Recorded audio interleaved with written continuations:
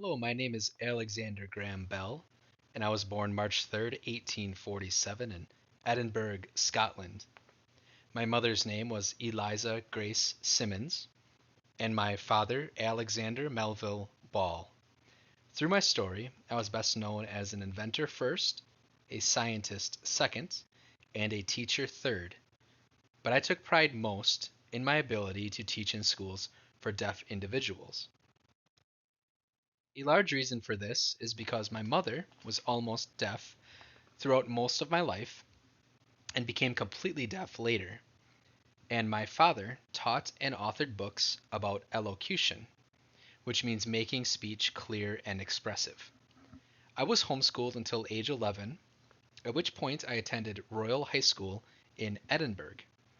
I was very bored with school and was not a good student.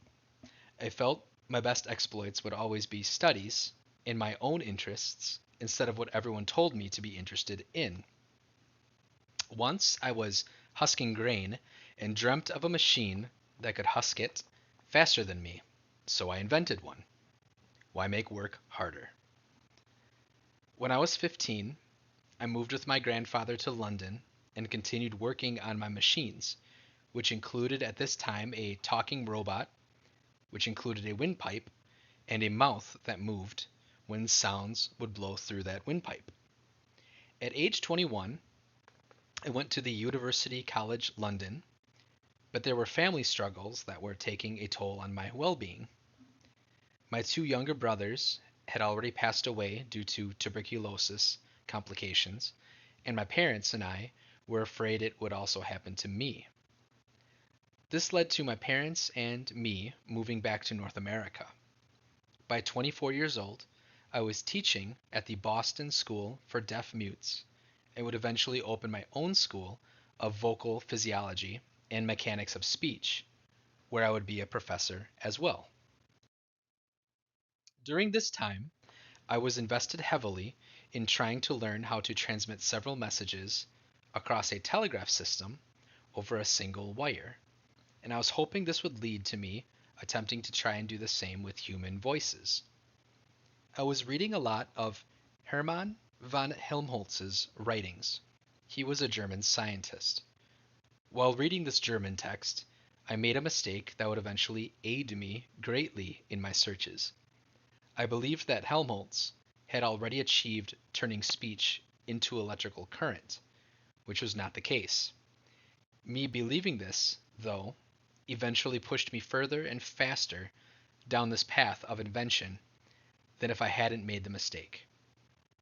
I knew that there was already a system created that could transmit clicks down a telegraph line, and I was intent on doing more than that. In 1868, Joseph Stearns had already invented the duplex, which could transmit two messages at once over a single line. The Western Union Telegraph Company bought the rights to this invention, and he hired Thomas Edison to detract other inventors from buying similar stake in this system.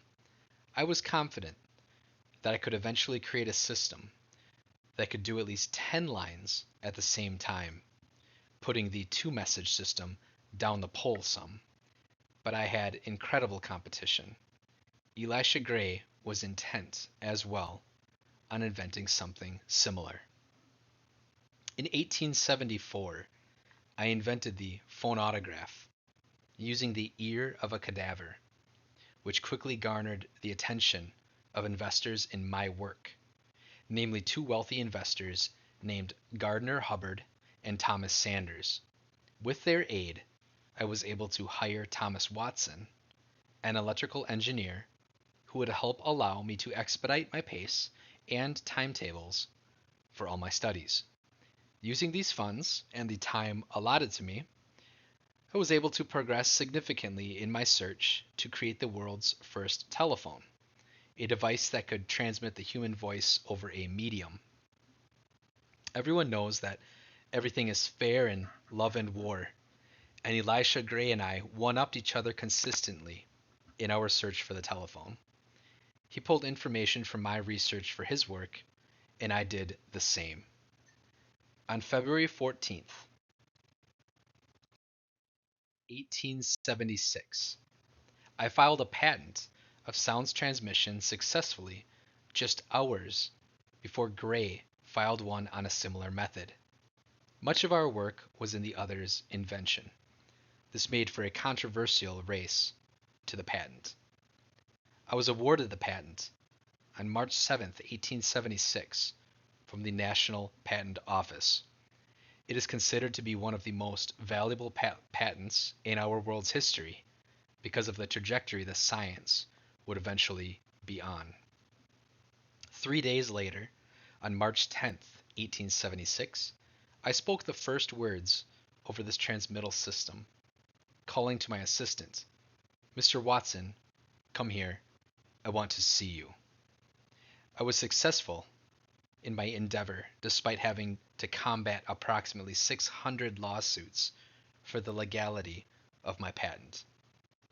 I became independently wealthy off of the Bell Telephone Company that Gardner Hubbard was able to help me organize, but I sought more adventure and more findings. I sold the majority of my stocks in the company and set out for more. I continued working on other ways to assist the scientific community. In 1880, I was awarded the Volta Prize, which is given for achievement in the electrical sciences. I used the money off of that award to help build an institution that would study deaf individuals and helping to improve their lives. I began to utilize information from the study involving the photovoltaic effect, which is a theory involving the creation of voltage and electrical current after being exposed to light. This theory helped me invent the electric bullet probe, which is an early version of today's metal detector.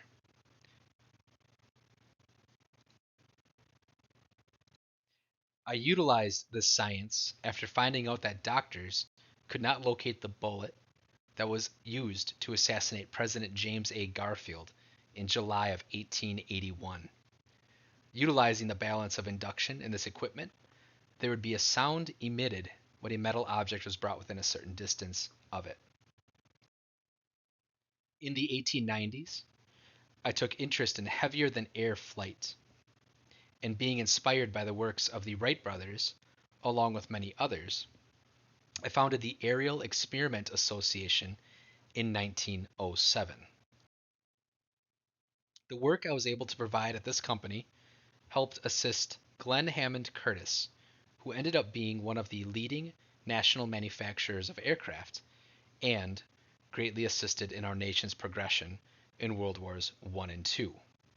I also, near the turn of the century, became the president of the National Geographic Society for 5 years, and later helped my son-in-law president the society, and recommended that the magazine that would eventually come out involve more photography and less write-ups. My other important inventions include the photophone, the vacuum jacket, which would eventually turn into today's respirator model, and the hydrodrome, which was a modified boat that could lift itself out of the water to gain more speed.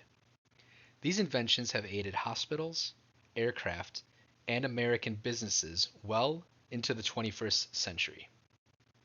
I passed away on August 2nd, 1922.